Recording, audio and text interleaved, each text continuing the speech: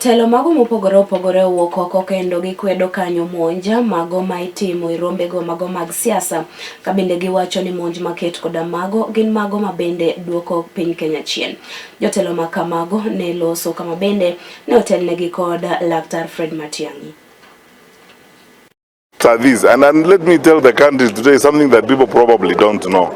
I am aware that a group of European investors commissioned a study and a report on the rate of insecurity in most of our towns in Kenya. Some of those who commissioned the study are people who intend to invest in our country. The reason why they were doing that is they wanted to collect data to understand whether we are degenerating to a very insecure environment that will not be conducive for investment.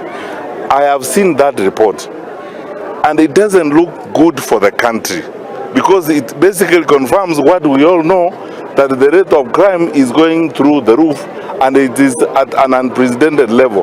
Most of it done and never followed comprehensively, because you see, how is it? Just ask yourself a very basic question. All Saints Cathedral is in the capital city of our country.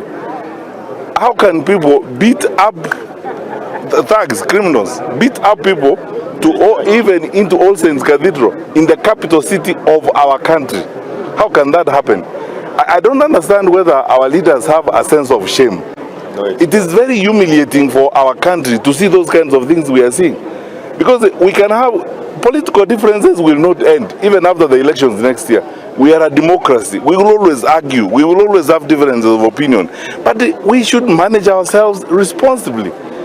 That is not the way to manage a country. Now we are scaring investors. We are scaring people who like to put resources in our country.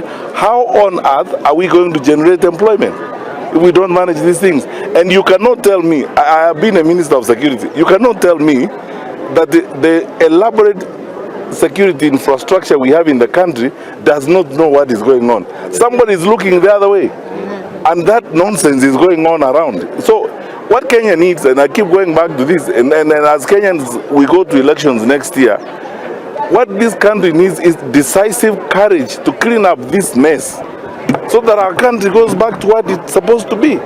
Because in this day and age, how can you have people with rungus running around in the capital city of our country?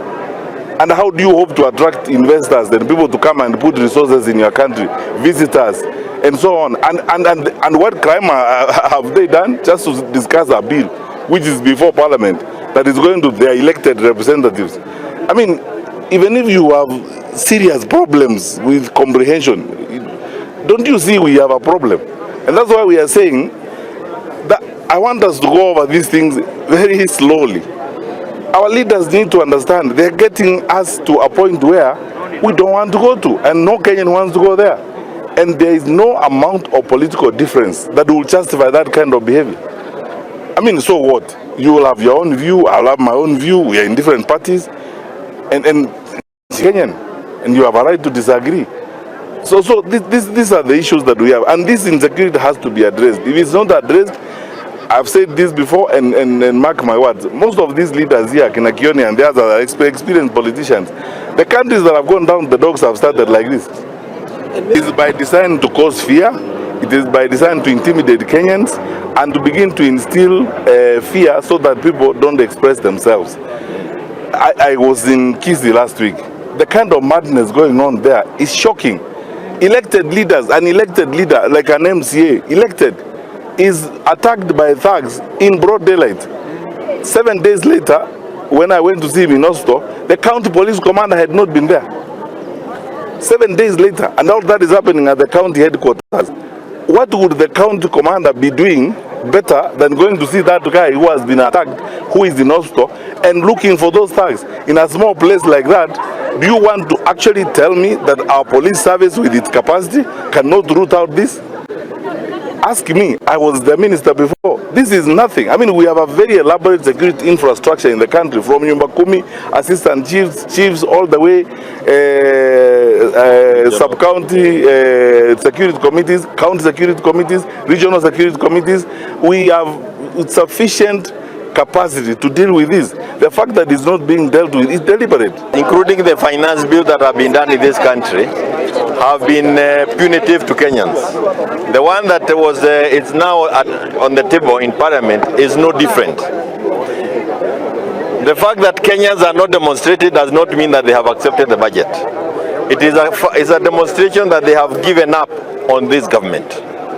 Wao wanagojea siku ya uchaguzi wapeleke watu nyumbani.